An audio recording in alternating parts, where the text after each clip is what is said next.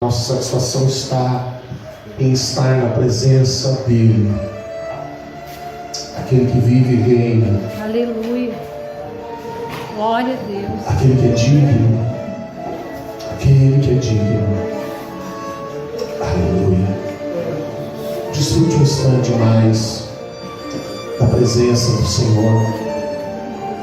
Aleluia, Pai. Obrigado, Espírito Santo.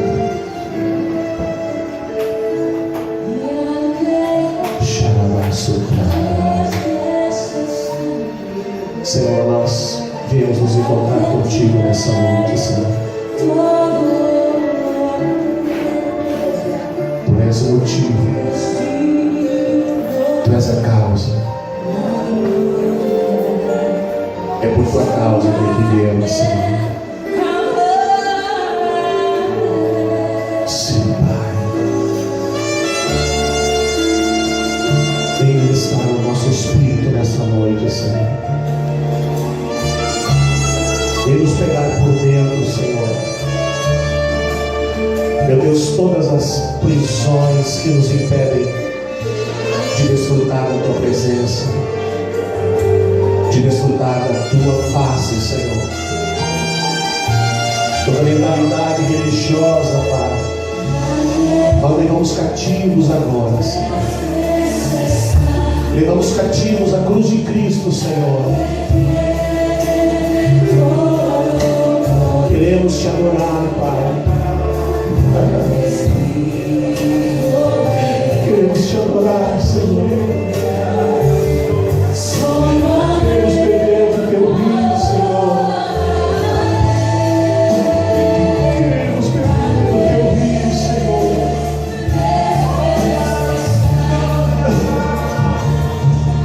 Queremos beber do Teu vinho, Senhor. Queremos desfrutar da Tua presença. Oh, Pai. Oh, Espírito Santo. Vem Te move em nós, Senhor. Ajuda-nos a romper, Senhor. Ajuda-nos a romper, Pai, com tantas barreiras, com tantas prisões, com tantas cadeias, Pai. Queremos Te adorar. Queremos Te adorar, Senhor. Xarabaço, cabara. Oh, Espírito Santo. Toda marcha, massa, que andará. Oh, Espírito Santo. Aleluia, Pai. Aleluia, Senhor.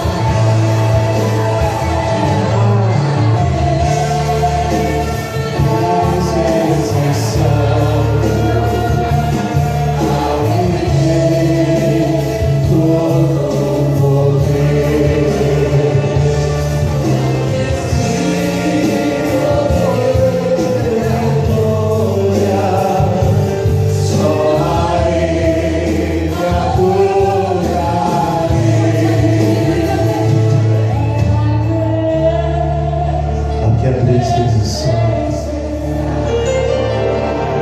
Ele é 3 vezes santo e nos chama para andar com Ele. Nos chama para desfrutar da Sua companhia, com todas as nossas imperfeições, com tantas coisas erradas em nossa vida. Ele nos chama para andar com Ele, a desfrutar da Sua presença.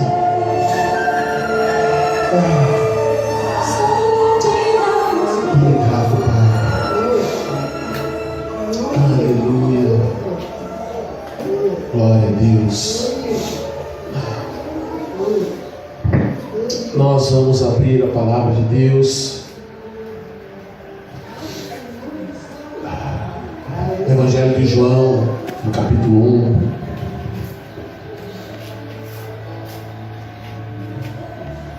João capítulo 1. no verso número 1. Aleluia, Pai. Glória ao teu nome, Jesus. João 1:1. Você pode abrir a sua Bíblia. Aleluia. Obrigado, Espírito Santo.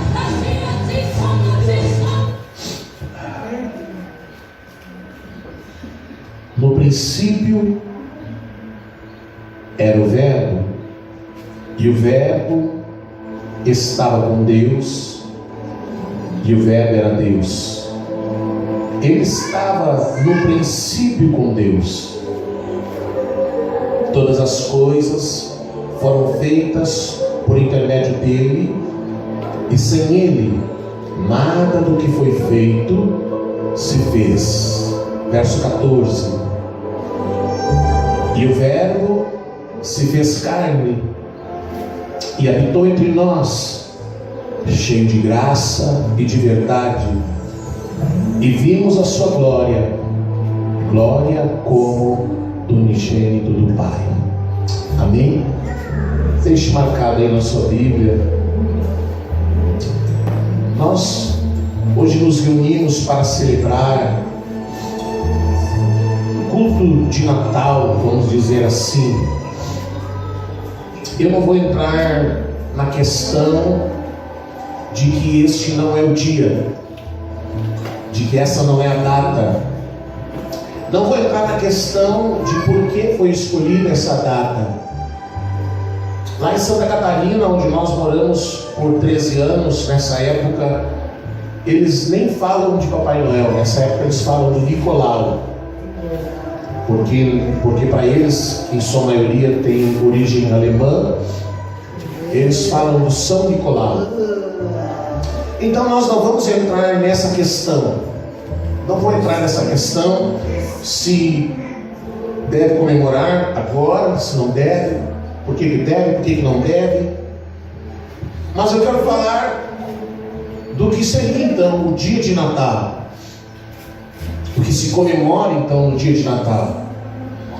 A palavra de Deus, ela nos mostra que desde o Gênesis, desde o primeiro versículo de Gênesis até o último verso de Apocalipse, existe uma característica da forma como Deus se move, como Deus se manifesta, como Deus se faz conhecer e como Deus age.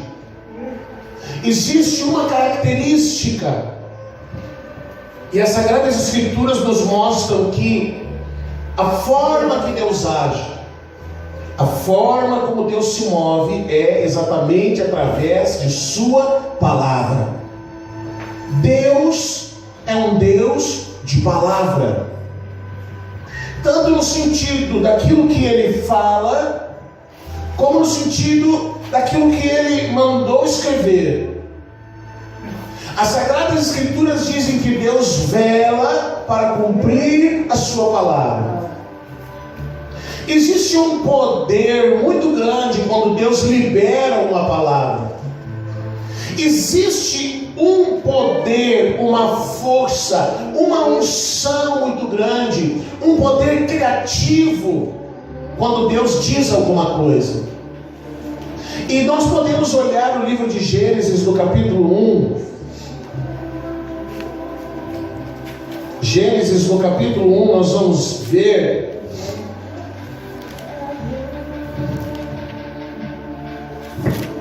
que todas as vezes que Deus falou alguma coisa, o poder criativo dele se moveu conforme a sua palavra. Abra sua Bíblia em Gênesis capítulo 1, no verso 3. Diz assim: no princípio criou Deus.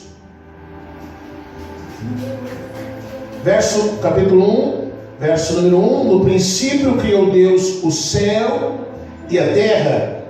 A terra estava sem forma e vazia, e havia trevas sobre a face do abismo, e o Espírito de Deus pairava por sobre as águas.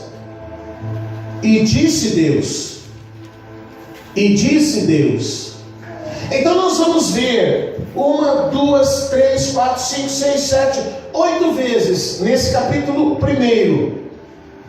Vai ter essa palavra, e disse Deus.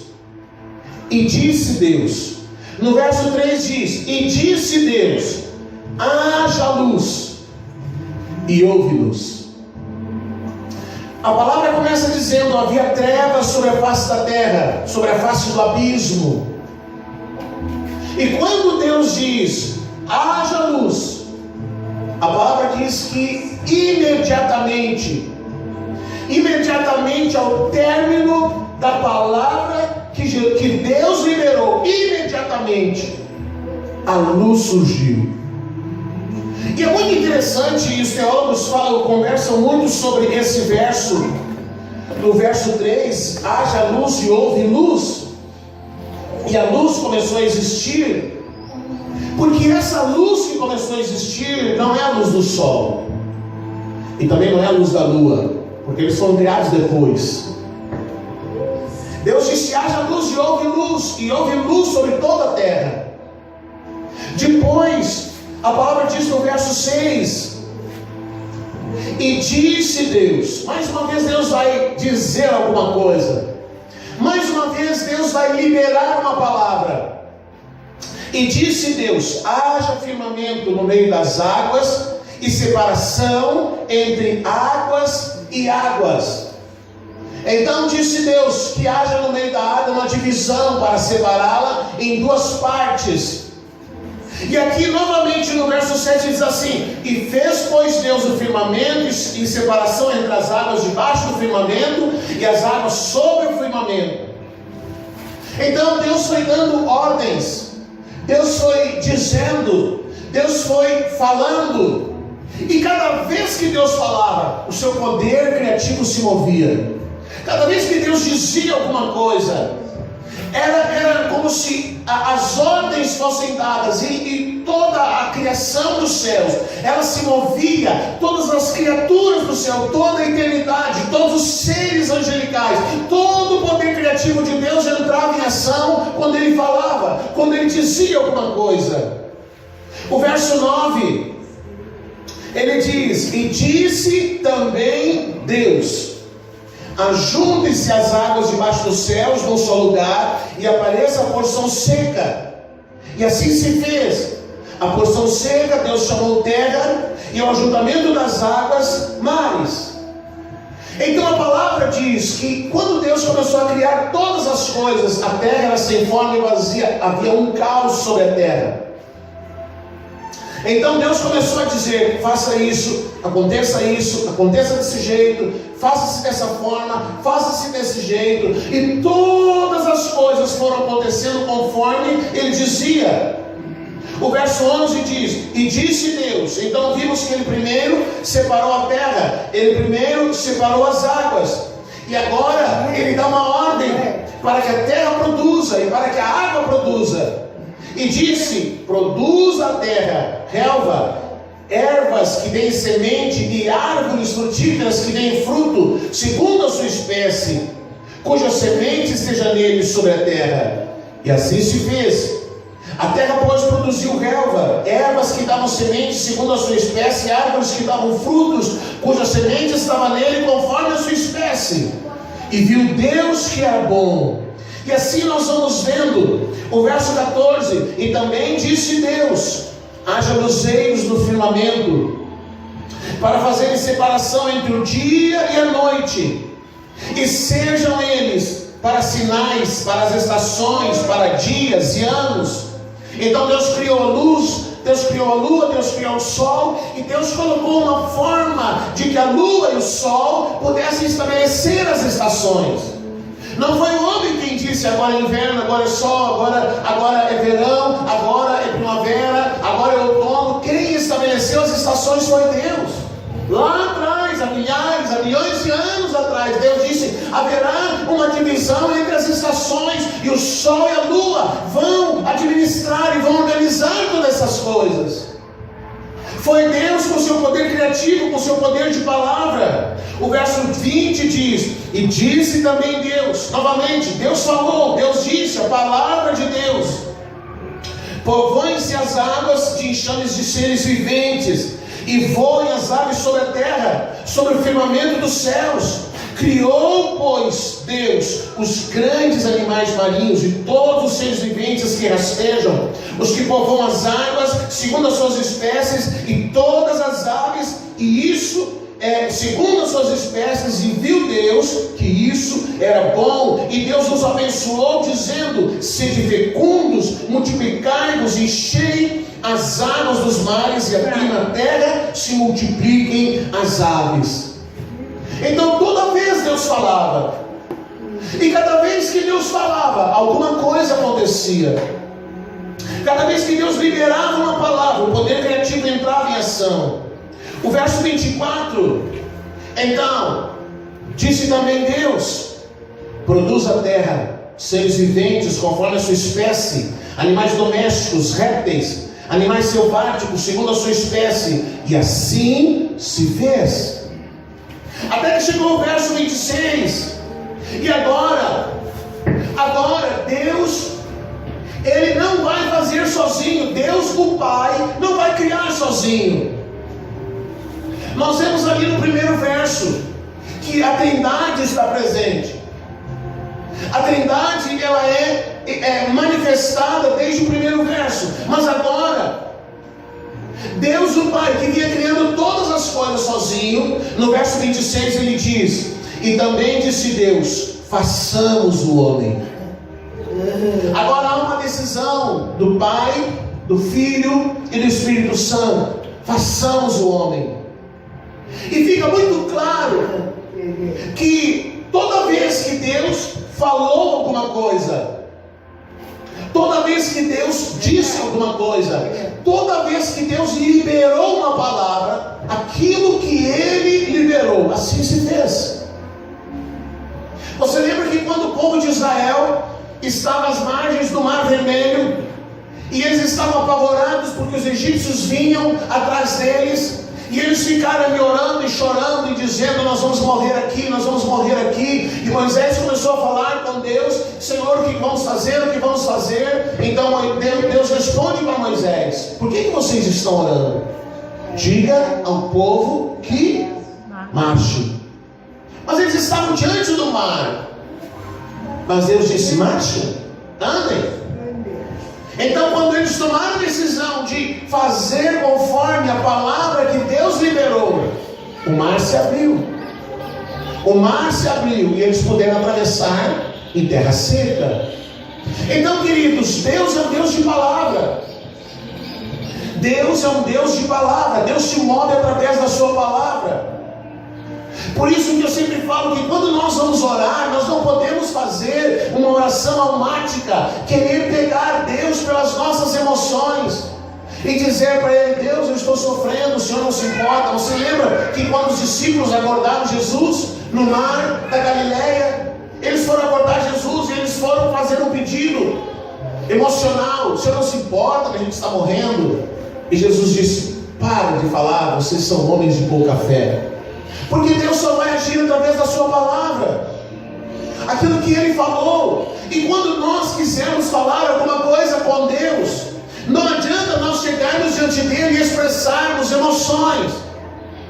É preciso falar a palavra, é preciso orar a palavra, é preciso expressar a palavra, é preciso dizer para Ele o que a sua palavra diz, porque Ele mesmo diz que vela pela sua palavra. Ele jamais vai contrariar a sua palavra. Então Deus colocou esse homem no jardim. E a palavra diz no capítulo 3, no verso 15, Deus liberou uma palavra. Deus liberou uma palavra no capítulo 3, verso 15. Quando o homem pecou, quando o homem falhou, e Deus chama o homem, Deus procura pelo homem, e o homem então se esconde da presença de Deus. O homem se esconde da presença de Deus. E naquela reunião, na queda do homem, Deus, ele libera algumas palavras de maldição. E Ele libera uma palavra para a mulher e para a serpente. Ele, de uma certa forma, De uma certa forma, ele libera o destino, ele une o destino da mulher com o destino da serpente. E ele diz assim, 3,15: porém inimizade entre ti e a mulher. Ele está falando para a serpente. Porém inimizade entre ti e a mulher, entre a tua descendência e o seu descendente, entre a descendência da serpente e o descendente, o seu descendente, o descendente da mulher. Este te ferirá a cabeça, e tu lhe ferirás o calcanhar. Então agora Deus libera uma palavra, e Deus libera uma palavra a respeito da semente da mulher. Deus libera uma palavra a respeito da semente da mulher. Da mesma forma que a mulher, de uma certa forma, induziu o homem a pecar, agora Deus vai usar a mulher que foi enganada pela serpente para que um fruto da mulher, para que uma semente da mulher destruísse definitivamente a serpente. Um fruto da mulher, uma semente da mulher, iria promover uma destruição tal na serpente, porque ele diz: este lhe ferirá a cabeça, este te ferirá a cabeça, e tu lhe ferirás o calcanhar. Todo mundo sabe que se você já matou alguma serpente, não adianta bater na cola, não adianta bater no meio, não adianta fazer cosquinha.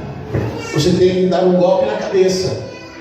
Você tem que acertá-lo na cabeça para você matar uma serpente. Então Deus vem e diz assim, ó: você enganou a mulher, você seduziu a mulher, você levou a mulher ao erro, você disse a ela coisas que eu não disse, ela duvidou daquilo que eu falei porque você a induziu ao erro. Então, da mesma forma, a semente da mulher virá, e a semente da mulher vai destruir essa serpente.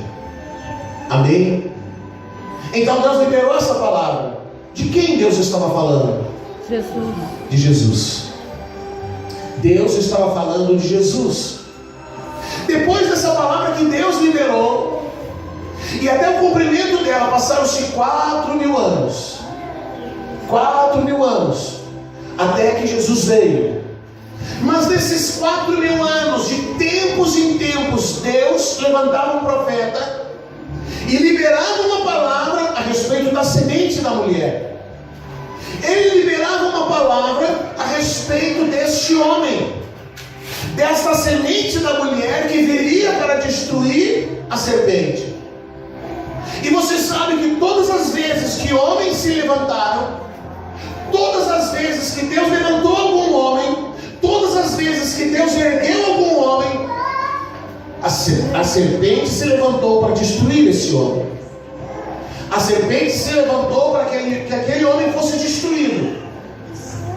Então nós vemos na história de todos esses homens, vemos que ele deu uma rasteira em Noé, ele deu uma rasteira em Davi, em Sansão, em profetas. Todos eles foram atingidos pela serpente.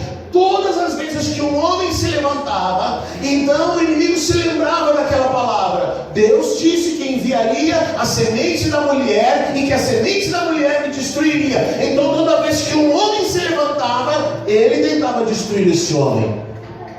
Mas ele não sabia quando esse homem viria. Ele não sabia de onde nasceria esse homem. Mas vários profetas se levantaram e foram falando a respeito de Jesus. Onde ele nasceria, que ele nasceria em Belém, de onde ele viria, o que viria, que quando ele nascesse viria sobre ele autoridade e poder, como a gente cantou em Isaías 9. Um menino nos nasceu, um filho se nos deu, o poder está sobre os seus ombros. Várias vezes os profetas falaram de Jesus, várias vezes, até que finalmente João agora está falando a respeito deste homem. O Evangelho de João foi o último evangelho a ser escrito. O Evangelho de João, ele foi escrito quase 90 anos depois que todos os evangelhos haviam sido escritos. Depois que Atos dos Apóstolos foi escrito, então se escreveu o livro, o Evangelho de João. E João agora faz questão de apresentar Jesus como a semente da mulher, como o filho do homem. Como o filho do homem. Então João começa a falar de Jesus. E ele começa a dizer quem é Jesus, quem é esse que está nascendo. Então ele diz lá no verso 1, no princípio era o verbo. Qual princípio? Lá no Gênesis. No princípio era o verbo, no princípio era o quê? A palavra. Todas as vezes que Deus criou, Deus falava, Deus liberava a palavra. E João está dizendo que cada vez que Deus falava alguma coisa, ele falava de Cristo. O poder criativo de Deus estava em Cristo.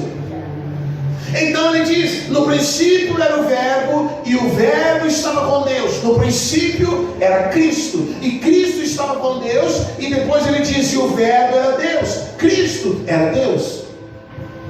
Amém? Cristo era Deus.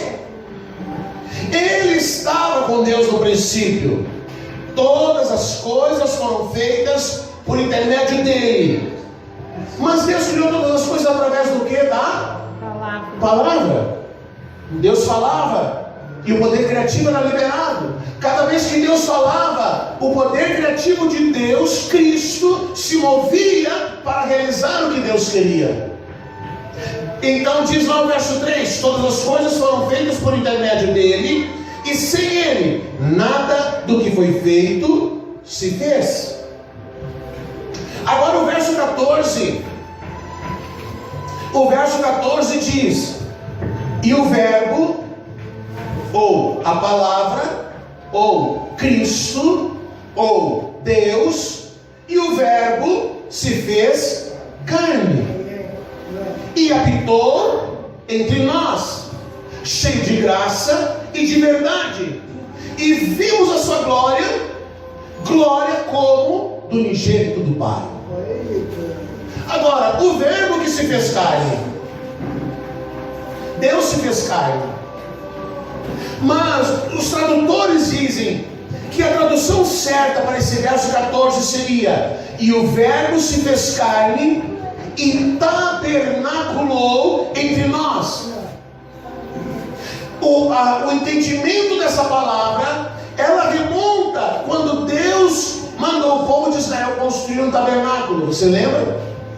Então o tabernáculo de Deus, ele ficava no meio de todas as tribos.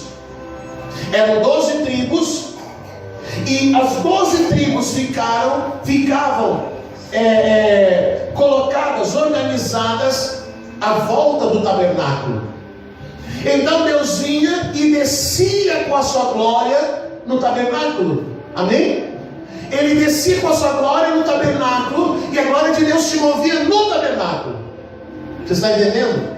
Então quando João diz assim, o verbo se fez carne, Deus se fez carne, Cristo se fez carne, a palavra encarnou, a palavra recebeu vida, a palavra se tornou vida, a palavra se tornou um homem, a palavra se tornou carne, e Deus agora traz a sua glória para habitar entre os homens. Glória a Deus. Isso é tremendo.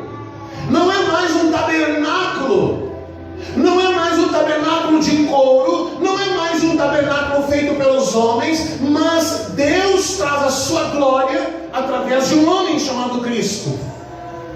Essa glória manifesta de Cristo, essa glória manifesta de Deus, que se movia através de Cristo entre os homens, agora mudou-se novamente. E ela agora está dentro do homem. Glória a Deus. Ela está dentro do homem. Então João diz assim, Deus tabernaculou, Deus veio habitar com a sua glória entre nós. Por isso ele diz, nós vimos a sua glória como a glória do unigênito de Deus. Nós sabemos, querido, que o projeto de Deus para enviar Jesus, para estabelecer o seu reino, para oferecer ao homem a salvação, para oferecer um meio do homem voltar a ter intimidade com ele, para estabelecer de novo um caminho de intimidade para o homem e Deus, para trazer o homem de volta para Ele. Cristo veio para estabelecer o seu reino e para ser a porta que nos conduz a Deus. Amém?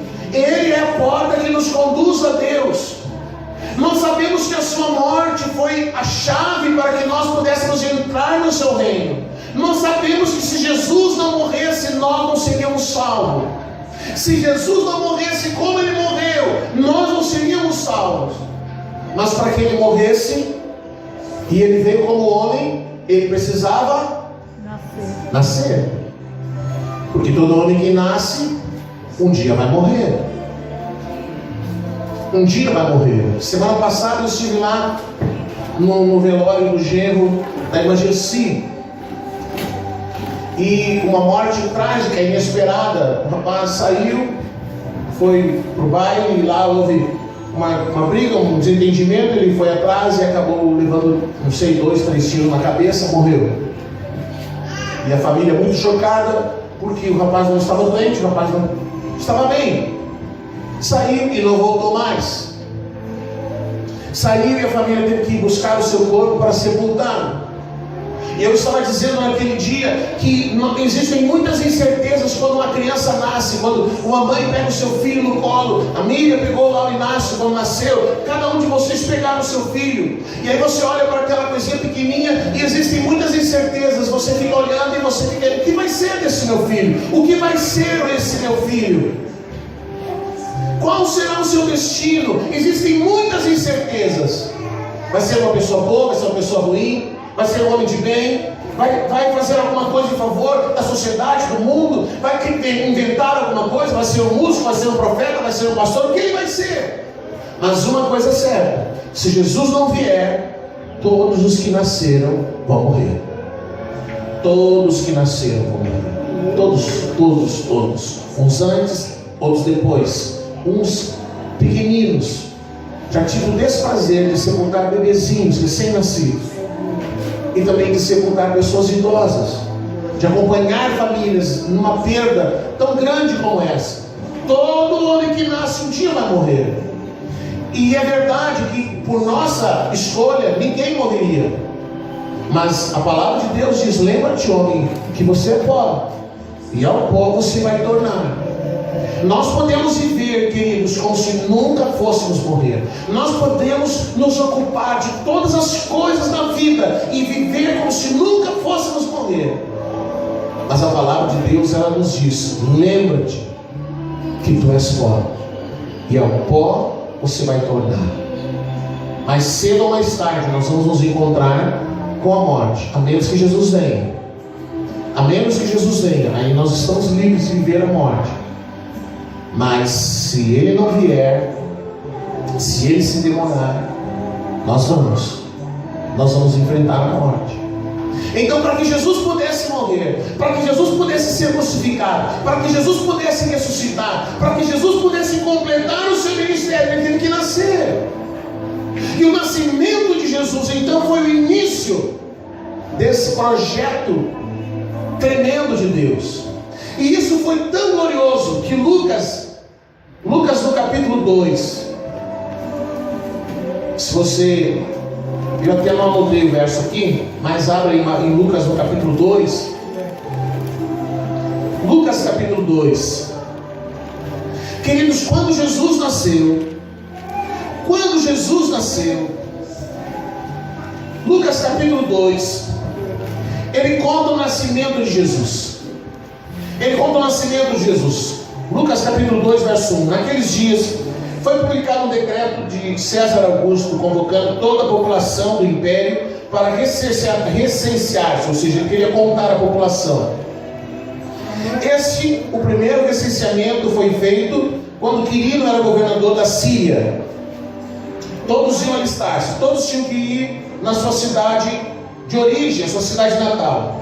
José também subiu da Galileia, da cidade de Nazaré, para a Judéia, a cidade de Davi, chamada Belém, por ser ele da casa e família de Davi, a fim de alistar-se com Maria, sua esposa, que estava grávida.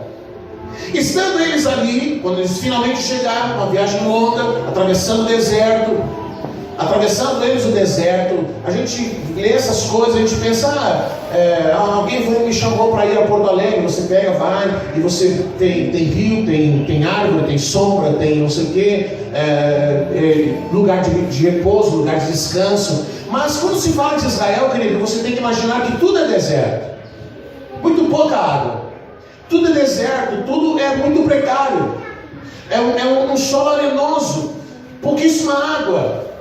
Então, uma viagem que já é cansativa e exaustiva para uma pessoa normal, o que dirá para uma mulher grávida, com seus 6, 7 meses de gestação, 8 meses, mais, porque a palavra diz que quando ela chega na cidade, a criança nasce.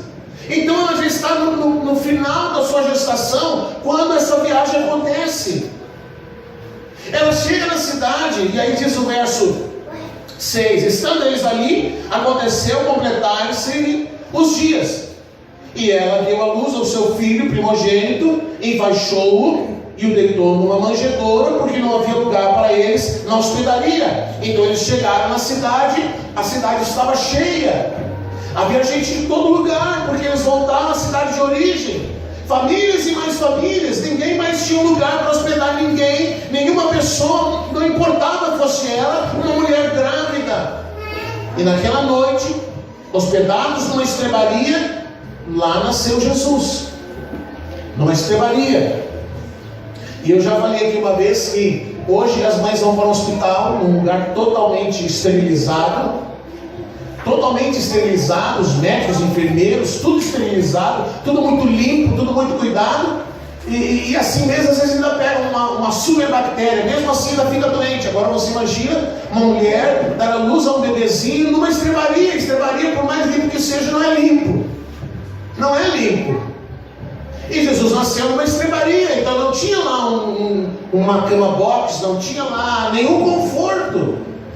Não havia nada de conforto, não havia nada esterilizado, não havia nada limpo, não havia nada higienizado para uma mulher dar a luz. E falando de Maria, não era uma mulher, na verdade era uma adolescente com seus 13, 14 anos. Essa é a idade de Maria, quando Jesus nasce. E ali naquela estrebaria ela dá luz ao menino.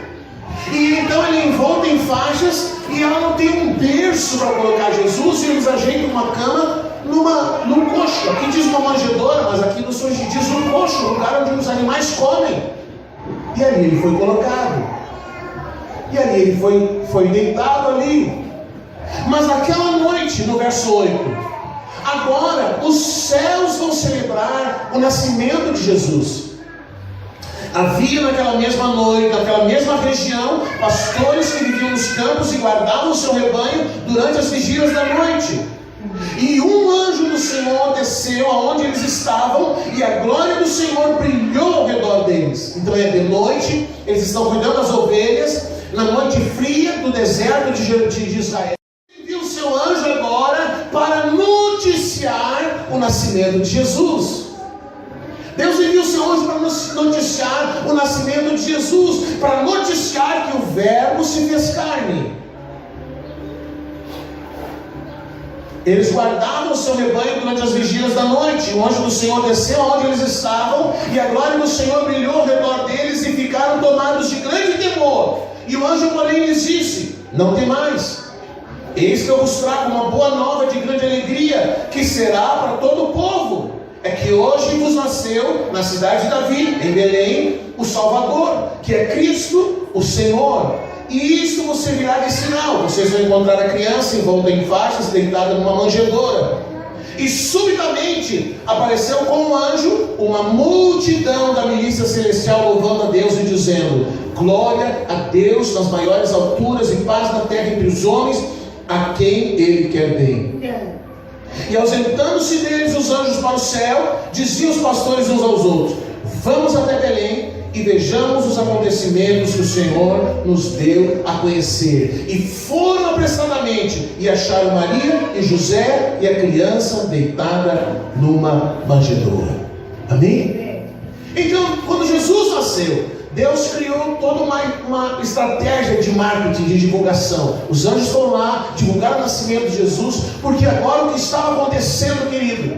Deus estava trazendo à existência a palavra que Ele havia liberado lá no capítulo 3:15 de Gênesis. A semente da mulher, aquele que pisaria, que destruiria a serpente, agora nasceu. Ele nasceu e ele vai destruir a serpente. Ele vai levar a serpente à ruína. Ele vai levar o inimigo à derrota. Ele vai levar esse inimigo, vai vencer esse inimigo e vai desfazer a inimizade entre a semente da mulher e a semente da serpente, entre a descendência da mulher e a descendência da serpente. Cristo veio para romper de uma vez por todas com aquela prisão que o inimigo colocou o homem. Agora o homem poderia voltar a ter intimidade com Deus. Agora o homem poderia voltar para Deus. Agora o homem poderia retornar para Deus. Mas nada disso teria acontecido se Jesus não tivesse nascido. Amém? Nada disso. Se ele não tivesse nascido como nasceu, vivido como viveu, morrido como morreu e ressuscitado como ressuscitou, nada disso teria acontecido. Então hoje não é um dia, não é dezembro, não é essa época do ano, não é essa nada dessas coisas, mas se vamos falar de Natal, e o que significa o Natal? O Natal significa isso: o Verbo que se fez carne. A palavra de Deus que se encarnou, o Verbo que se encarnou, o Verbo, ou seja, Cristo que se tornou homem. Então, isso é o que se comemora no Natal. Não tem a ver com Nicolau, não tem a ver com o velho de saco, não tem a ver com nenhuma dessas coisas, nenhuma desses símbolos que as pessoas elas se apegam tanto e elas acabam se perdendo em tantas coisas. Acabam esquecendo que na verdade nessa época não é o Espírito de Natal, é o Espírito de Deus mesmo. É o Espírito de Deus mesmo. Não é o Espírito de Natal, não é o que aconteceu no Natal, não tem nada a ver com o Nicolau, não tem nada a ver com essas coisas. O Natal é Cristo. O Natal é Cristo. O Natal é Cristo. Nós queremos comemorar Cristo. Tudo foi por causa dele, tudo é por causa dele. Aleluia. E é por causa dele que você vai reunir a família e vai celebrar de alguma forma o seu Natal, vai agradecer a Deus, vai comer alguma coisa que seja uma ceia ou não, vai ter um motivo para dizer a Deus: obrigado, Senhor, porque o Verbo se fez carne. Obrigado, Senhor, porque nesse dia, há 6.000 anos atrás, Jesus veio e nasceu entre nós, e Ele viveu como homem e nos mostrou como é possível um homem viver o Evangelho que Deus estabeleceu. É isso que importa, nada mais importa para o Natal a não ser saber que o Verbo se fez carne e que Ele agora possa tabernacular em nós, a glória de Deus possa habitar em nós, não mais entre os homens, mas dentro dos homens. Amém? Amém. Então, queridos, às vezes alguém diz assim: nós temos que voltar ao Éden. Nós não temos que voltar ao Éden, porque o relacionamento de Deus com Adão era um relacionamento externo. Deus vinha e Ele falava com Adão, era externo. O teu relacionamento com Deus hoje é superior ao relacionamento que Deus tinha com Adão, porque a palavra de Deus diz que Deus habita em nós, Ele está dentro de nós. Amém? Ele está dentro de nós, Cristo está dentro de nós, Ele vive em nós.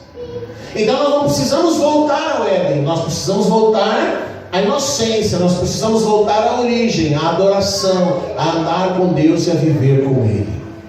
Vamos ficar de pé e vamos adorar o Senhor nessa noite. Nós queremos agradecer a Ele, porque hoje nós estamos aqui para celebrar o nascimento de Jesus. Ele nasceu, Ele viveu entre nós, Ele nos mostrou o caminho, e Ele não apenas nos mostrou o caminho, como também nos disse: eu sou o caminho. Ele se tornou a porta, porque Ele disse: eu sou a porta. Ele não apenas nos apontou a verdade, como Ele disse: eu sou a verdade. Ele não apenas nos disse: tenham vida, mas Ele disse: eu sou a vida. Então nós estamos aqui hoje para adorar a Deus, para agradecer a Ele,